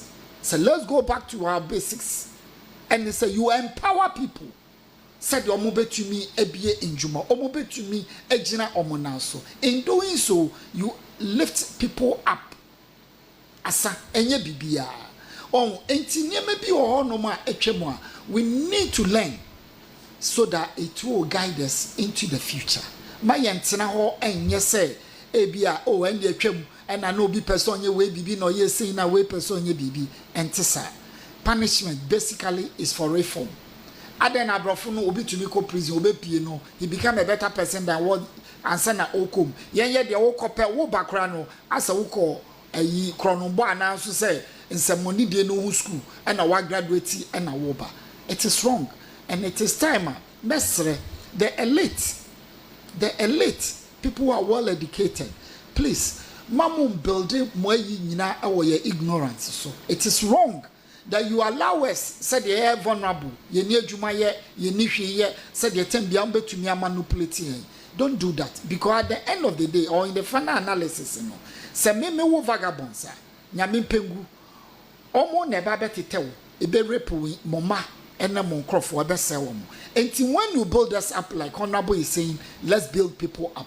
Yeah, e be yin nkrofo fi street mu. Oyi omo fi street mu no, then you are building the family. When you build a family, you build a society. When you build society, you build community. The community activity ne translate Emma country ni nyina na ye nyina ayo man fefefe. Adan ya kwa sorry 247. Na hwe ye discipline level baby a ewo. Enso ni asem no na ye ka ye ntia na. Enra na me ne sofo edi nkomo. Ase yen no yenji disi de ye no eye bone. It's in once we believe you said we now we avenue so you no. You continue doing it. So it is time we use the pulpit to preach the principles. Nyakopon edemai. Enye wo sticker wo de tareka ho. Enye flagger etare oka ho. Enye t-shirt osofo bi t-shirt a wo be hye ene usubanyo. De wo da na di no. Ene kire. Na aya abasrefo nyum no say adibi aya meye no. Mi bisa se so ebeye Yesu fa. Bisa se ebeye Allah fa na. Asana beya waye. Me na medikan. Okay. Nana Dominica na. Person. Okay. I was a young father Bokrata na eba edwama so yemfa emunsem no emfa and down. Na me hyase a na me the daily guide na hyase aba betodwa se zip line eye infidie nkuma ye de fa wiem na ede ayaresandro akade ekwa ayaresabe ahodo ma etimi gini pan kwa beka ya 2024 campaign ta no kwa na no eden kwa na NDC constituency chairman bia na wonam kwa so kwa kodi MPP amanyokuo na atem wokoka no ekade ankowu senye zipline ya drone ya omde hwi na de droko ya ankamno kasa ankanisi chairman ankowu ye sa zipline ya na beka ya emla MPP amanyokuo na dankwa kufuado introduce edi abano NDC national women organizer ekache Ghana for say ba betwitwa ma wo mudwale wa dwae humfoni so be kanina enei NDC asaba bam na the daily guide e dia ba betu dwa chese no peche se aban want to aso zipline de ni guo mu na eguo no efi se wo mudwumadi omudie ni eka ni sika se aban de ma wo mo no omye delivery bia na chese ya take delivery do ombe ye no eno na aban hweso na wo no so allowance e de ba wo mo so ma ya be system no ka sei aban tua enti me no ka sei zip country director Daniel Kwaku Meki na de atodwa chese de akoyi de wo mo dwumadi no wo mo twentwen so a wo mo sentence me ensan de me no ka sei adwuma no wo mo agyae eya ne sa na ma me no enko kratafa etoso me ensan eno edbetu dwa chese abato commission me no ka sei woni ni deputies obi di petition akwakoma Omanfm John Dramani Mahama se wonhwe na wonwo mu nkonsa na eno na wopanyi ba ko a ono eka deputies no enra wodi nsem tu dwa chese abrantia na wopanyi na otwe sankrata no de koye no kura no wono no onya adwuma ho na de ntia onya adwuma ho nyina ne se okowiade de obo okro no no me ni panan omu wia 5-day computers laptop computers na eka biometric voter registration exercise ani ye no na eka oni akande bi enenam so omkoche omo okokopie mu wo dansoma circuit court ehye wo mo ma wo mo etwe wo no maso eno na ka ho bie otifie na chese huntansa wode atwere petition akwakoma Omanfm se wo mpam wo no nya boni bia na wo no mo aye oba kratafa to so miensa ase on ma daily guide e dia betu ja chese Ghana Omanfm se John Dramani Mahama ama IGP Yewura Christian Tete Yohunu wama no emfie no mienu e dia peso se wonkoso ana wonsom Ghana se IGP police sahene na yebisa se adwuma no ana so se nya yasanso edibi aka no ho a eno ne nsema hodo a de obokrate edibai na braya minia ukopie mu kratafa to so nsia you say dog fight MPs in dog fight over cost of sanitary pad nya chese enkraman tokwa na bla ya enkraman tokwa setete no papa de semifa to be ya kika no kabo uko na enkraman ko a we ka ngenga ya se no amna chebedwam sa pepepe na tie na opani a wono na chebedwani ewo otafo abato mpasua so na chese okopeja asen ba se na pad ya ekoto ba akodi ba yi eka bobrujo budget ye sanso ye kwakodi nsika bedi afie kwakosim no eno nso esan hyemu bi ye sika no kamo mu a ke betim de bie factory na yetim de aye pad ni bo ha na ka yatete ne bo no so na Ghana suan for school for yi wo mo ho ema wo mo mo timi atomo na so aban se da bi da wonye ene nam so ma che se de obokrata dia ba che se akwa ye nkraman tokwa wo mra che bedwama enra ene se kraman se bulldog ba ko mu a ene bia German shepherd so mu de ene na se asem no na se kra bla ya yanko ya ni masanto ayanko nyame be ye ni nyame be chirefo ne bi wom nti ni nyina akeka ho bi Brian Mamento aso na me fa daily graphic and so daily graphic atafa eto so miensa ena boy amanye na graphic business wo mo any Stanbic Bank breakfast meeting na no mu na mo de aba betu dwa se ne be ya wo mo be de omo ho e de fra amanyo semunti no wo mo de futu ekọ e de ama wo mo akasa wo mo se ne be ya wo mo adwuma na wo mo ye ne Ghana fo be hu se adwuma no esipi eno na ma speaker na wo da wo ma no e de nsemi etu dwa katafa eto so ensia dumiensa so e wo so ha sei na ebo amane Brian join operation bi akoso na wo mo ye operation no custom division na Ghana Revenue Authority National Security na military ejumeko na yi na wo joint operations no na wo mo kyeremu se enema bi ayeyi ede free temaport enkankofo efa kuntu na sidwadie ede akọ bra wo mu ntue sika bi amfa ma aban no enu mu na mpanifo yi ete se sikedie bi ekoso wo ho na kyese sika a yesese de ma aban no enkoso wo ho ntini ye de niema ni edwane na adwumako na yi enyantie na omo bo omo ho so na omo edi tracks ne tenten na omo koche wo mo na omo koche wo niema bi ewo mo de betu dwa eni so omo so omo nya cooking oils ewo mo afi niema yedi sese dan mu bi ewo mo eni niema hodro bi a senka Ghana wo mo de port ho na aban no agi sika ide free mu a enke sika aban no ebenya 3.6 million Ghana cedis a enu ye sika aban ni benya na so sanse na nkankofo yi efa kontu na sidwedie ede akono empanifo wo mu eda adwumeko ahodo ena ya mebubu ano ise mo ye hihye wo mokwachi wo mo magisa ne ma ni nyina me no kasei enema no ewo giarefo wo mo nsem a wo mo hwese se ne ayese no se ba akoto ne Ghana yenya ye sika o se wo ma na ka mo edi dwane no mo ba bechi aka no mo ba beje mo nemu wo mo akasa wo mo nsemo katafa eto sudu miensa eso ha sei na Ghana ye ne United Kingdom ye nkabo mu no emu aye dinti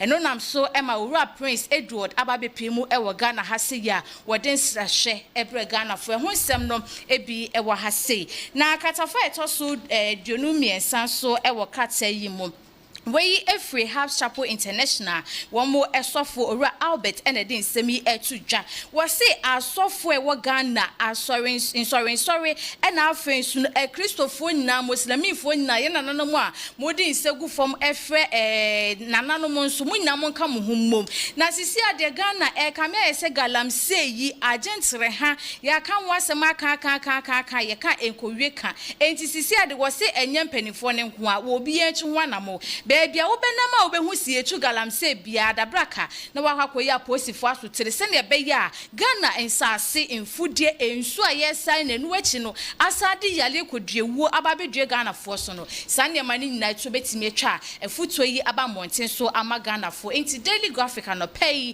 ni dear be our day ababe to ja any 107.1 so Nana Santiago Quenim. Page 2 of page 3 Ghanaian Times alleged bias against female Muslim students. Wegehi once last year and to fast or not to fast was school and a court Emma Yebua assembly evi. Mijide say asan court bill Emma wege for accept for a year for a file no so omobe response in the next 14 days. Na the ebisa say anyebiano when did this become an issue?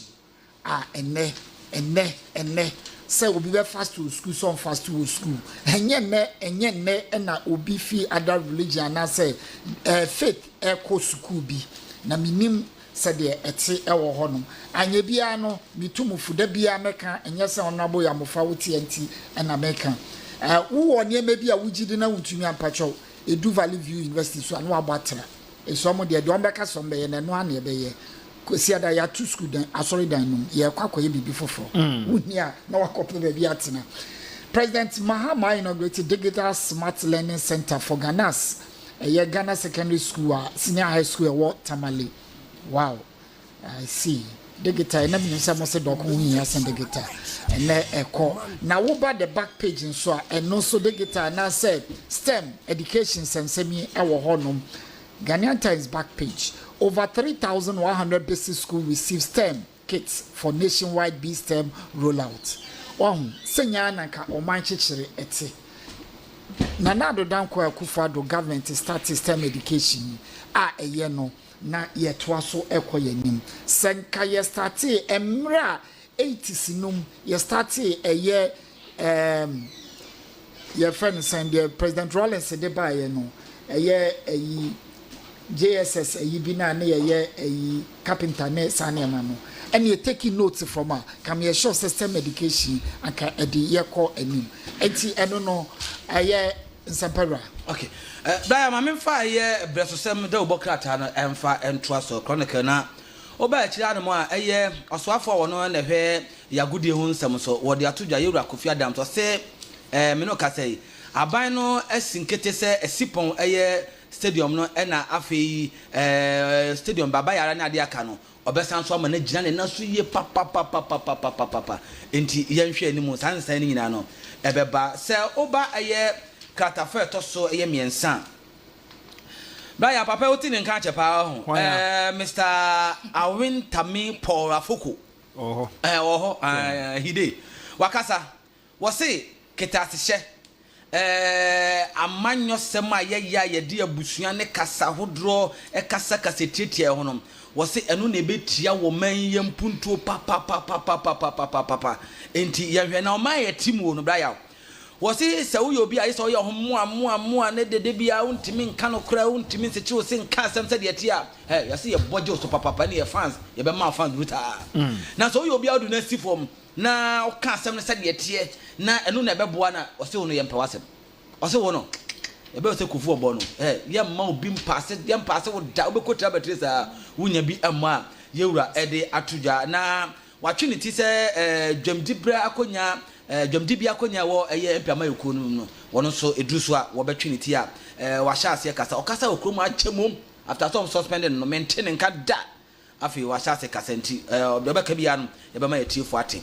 na obakratafa eye to so mienu a otafo emrashebedwane de atudwa se NDC amanyukowi se wo se wo fa dictionary na watch the meaning of NDC amanyuko no ana so say wo di AI na wo NDC amanyuko nse wo ye hefo a bra ya nchiremu e baba na simple kra e ntwobo political party ani ntwobo aban nti yewura de odi atudwa no nti se NDC for open the meaning of NDC o say ntwobo aban omba abamu a intwobo wo mo tesa na de ntwa kasari na ese sikatwitwi di abanya tam se o de kwakokra eye pad e de aba abema yesufo ye nuanom ba mo secondary schools ni schools ahodo no e no che se wo hwe aban ne niam a wo ye fa ho na eye ntwobo abanya me no kasa no pay me da se na na asantemo bi enwe e be ko me de me sister me dofo ba ko akosua me cartoon de me fendi agro na ene won akosua honorable amofa tiwi o say career reality 2025 wako na ubisa honorable o ya bofra ye bisa wo adwuma wo be say sida isida we the joke bi a KSM eyefa president Kofo o si osu na okọ class 1 na bisa president Kofo then our person on spelling din president for start ye first say John Ejekum Kofo spell it o si PRSID John yes start P say president Kofo ya kola nyina no start spelling din president John Kofo onyi nampa and obey president akosia say ye bi say kola ide na mo be obi say o meye prophet obi say pastor say juma we abapa o obi say soldier obi say police obi say want to be gold board orgalam say oh akosia etie de juma na person ye me de me pe gold board binim de also pe. Now say asiafo bi so te ba bi omo ye bi so omo no rasta for no omo can say no nim the oil me ya say or see which work you go do you want to be farmer teacher PhD industrialist and a journalist question mark said your me o manim no am so mo pe mu bia omo pe gold board right what you go for o gold board me ya no anampe gold board ayo but am say ya da for commercial break ya ba na fe ya ba be wie na ya sorry so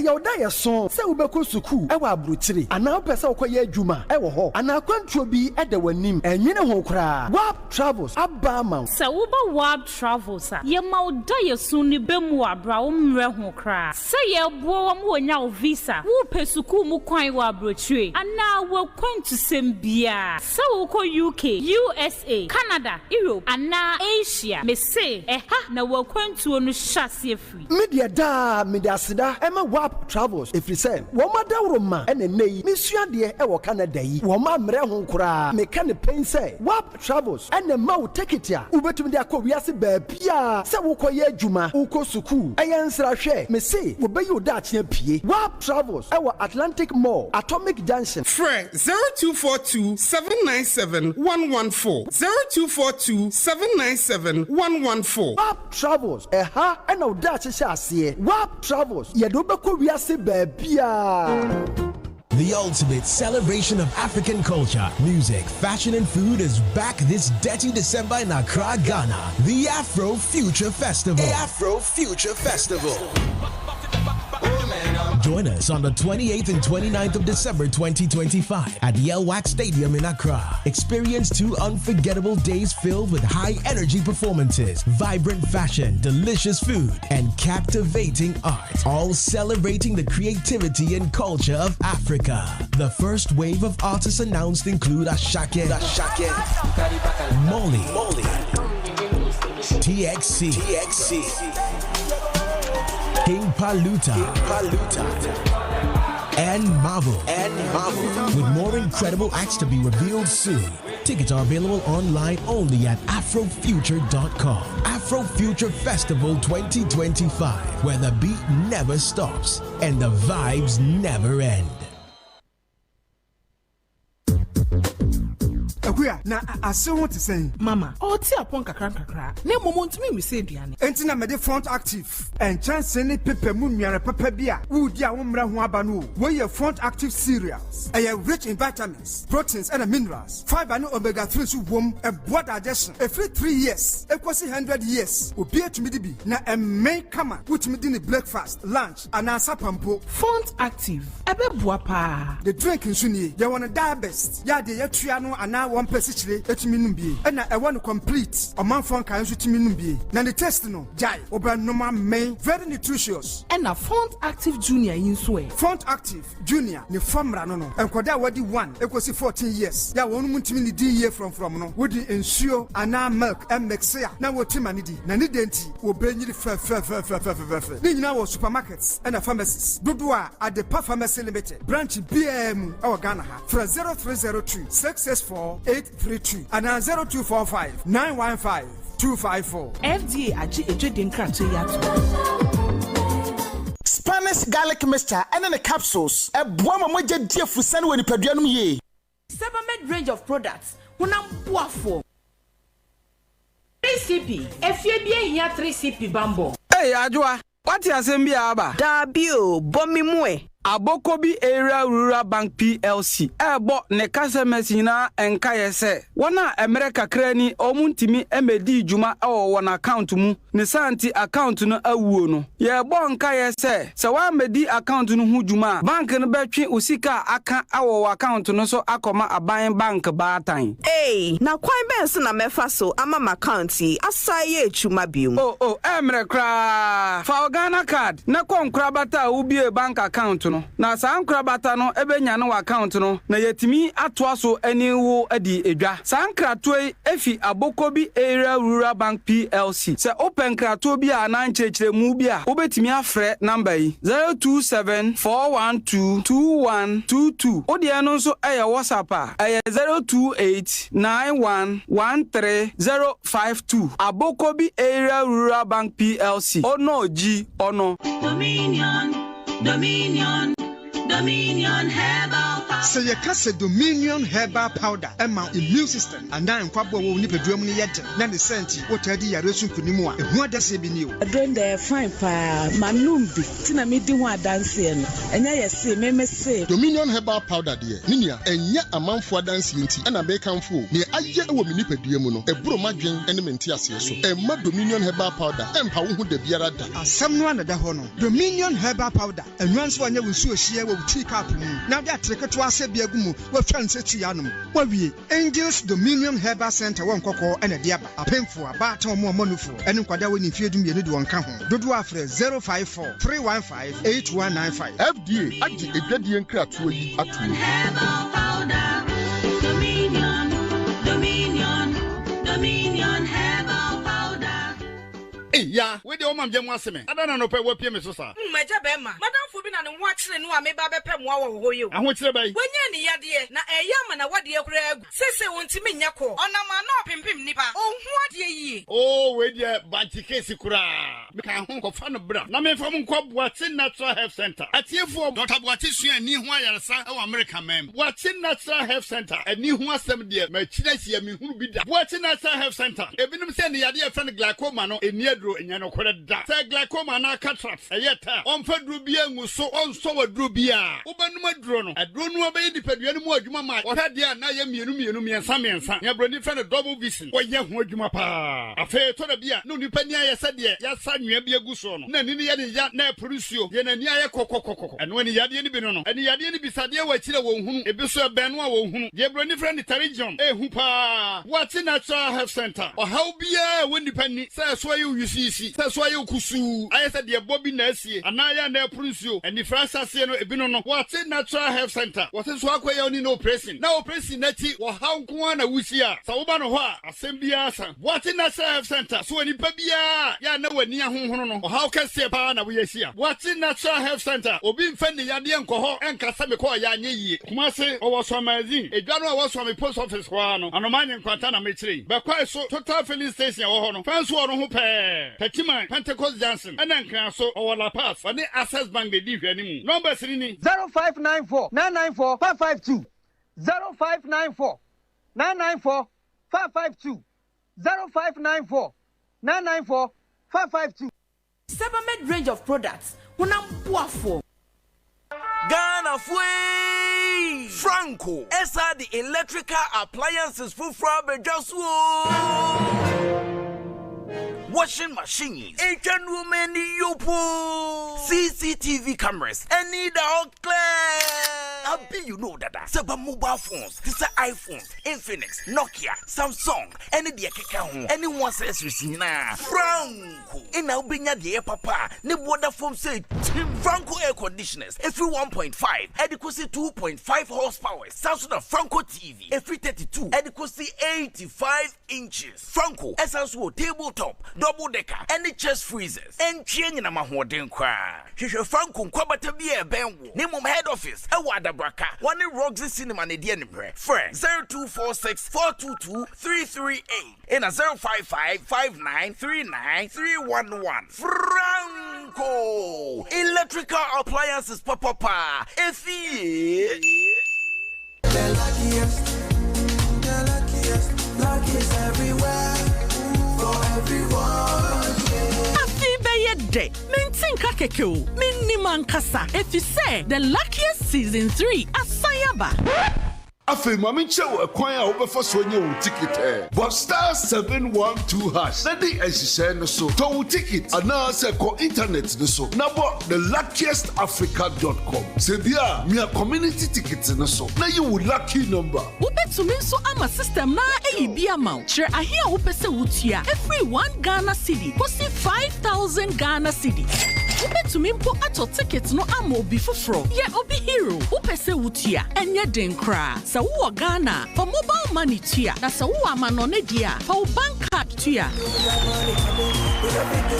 ticket baako ebo sika no ho empay ahanum 500 times we ye masa ye pe there will community de benyanso betimi aye emoho edu 10 times inti yen kambom na yen nya lucky lucky na lapo baby a shawo ho so enye ma wona wondi infiedu watching luckiest dwumadie yi enele imrata chire wo Caritas lottery platform no so Adepano no kofa bae wasan de 3CP papa ebeboa efie bia aba mese adepa de etwamu da wo de 3CP egu nsomu dware a ebo ho ban efi muamoa ho fa 3CP efren so huru wanu anopa bia na ma wo se ho ban wonu aduane na eja ana ensohie ehyewo a fa 3CP efren so fefa so eno ano no wo hyewu wi a fa 3CP efra enso fefa so na beboa obebre 3CP ehye pimples epompo ekro na ekumkro enimrimu ya wonso 3CP so de enye na wo drugstores bia mu atufonko adepa pharmacy ene SGSSB ene hwani mu okanshi fre 0302 664 832 kumase adepa pharmacy e wadum ene Hello FM ene hwani mu 3CP efie bia hia 3CP bambo Spanish garlic mixture and the capsules e boa mamoje die fusane we nipaduanum ye Obo ade agbo nipa wonam se enti apo na so ni ma ye ni munti ye dware sam na sran kubia ma SIPH 5.5 a eba wonam no ho ban no etu be hwe na nsanwa na nso oben ene ahokeka ate agu wonam no so ase no kra odofo sa hawinti na ade performance akofa Sabamed product papa ya jatu mo Germany ene wiase fa na nyina aba ebesiesie wonam asai ama to so te sa akoda foforo honam ya wo Sabamed clear face a ehye pimples Sabamed anti dry skin a esiesie wonam a aye breche meya soso kama Sabamed anti aging a ema honam ntwintwam Sabamed deep cleansing ene Sabamed lip defense a emma anoya soche akona kama afei Sabamed classic range a eyema obia ene won ye wodware wi a won ho keka won sa wo pesa wo ba honam ye tontom te senia etie eda wo free yafumu no a ene na wo hia Sabamed baby range a eyema nkwada no bi Sabamed range of products honam boafo etufonko ade performance okanshi telephone 0302 664 832 Sabamed honam a etia po hintasem shaping the nation 107.1 shaping the nation 107.1 shaping the nation 107.1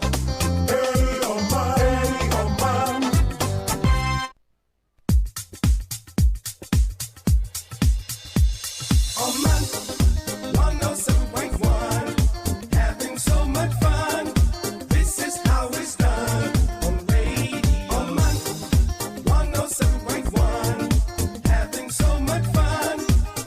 is how it's done on radio.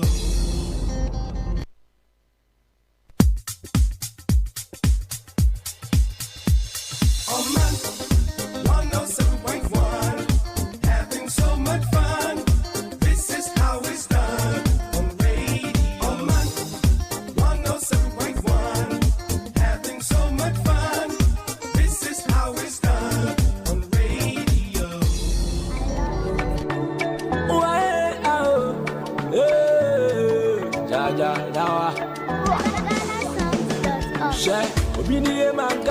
A few of your messages now, and Twaso.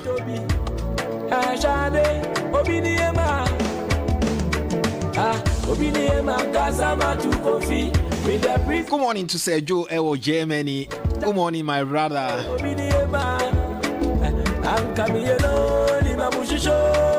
I have traveled and missed Sinupei on Omanfm for 3 good days. MPP, are we ready for 2028 general elections? You ask. Those who are criticizing Honorable Ken that he got more contract in the previous government, what is wrong?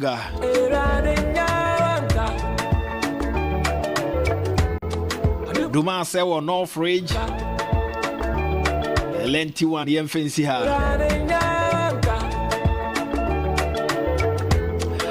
This one says if MPP really wants power or rule Ghana in 2028, they should vote for Ken Japan. Everywhere you go, people are calling for Ken.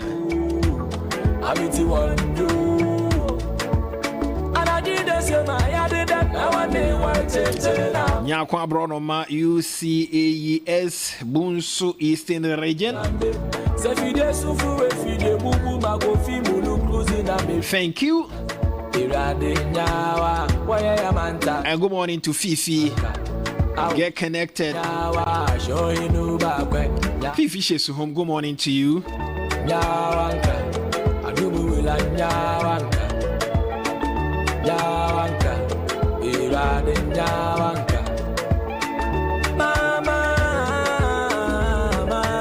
I Bobby Mama one time. I Bombay and Bobby Mako Fiati Mama, Mama, Mama. And good morning to Sewan. He says, I used to listen to Omanfm when it was first came. Then I stopped listening to it. Later, I got to know that the station belongs to Ken. So I started listening to it again till date. Oman is my #1 radio station. I just love Ken unconditionally because he is bold, honest, and disciplined. Good morning to you, Sewani. And with some Ponsa Oda, he says, good morning, yeah. Because of numerous local FM stations in that town, most of us are not receiving Oman in their homes, but thank God that because of my fanatism of Oman, I get you everywhere in my house. Utriye, papa.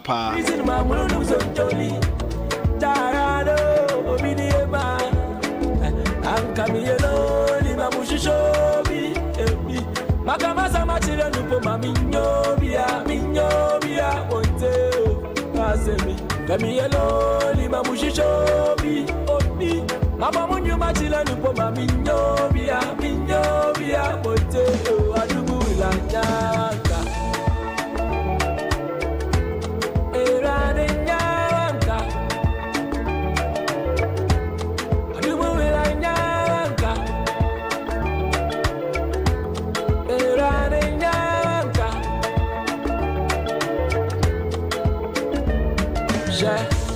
Wokuyanda sustili yewu wasro kwaswana kube musu we makendi je adan mosu wasted midama sustili womu shadi wandu amiti wandu anadide sema yadida awane wacheche na wale kanchi nyamadugu yado nasuni na etumu ambe.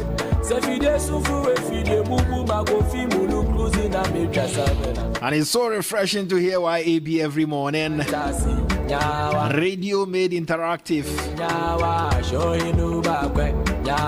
Hello to Mama D. Mama D, good morning. And good morning to Mami C.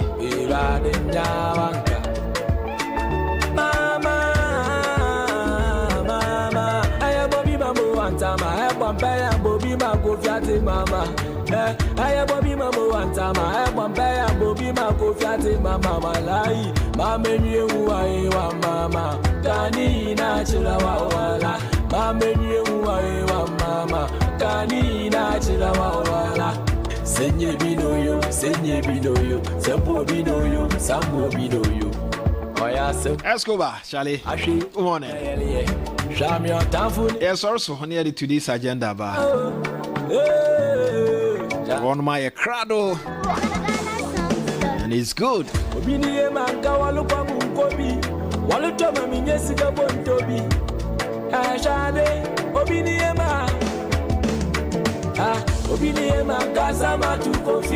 With the prison, my wounds on Tolly. Tarado, Obiniema, I'm coming alone. Mushishobi, Makamasa Machila Lupo, Minyobia, Onteo. Auntie Christy. #1 is Ken. You're right. Good morning. Yes, sir. So, meeting Edia Amufa Boachi.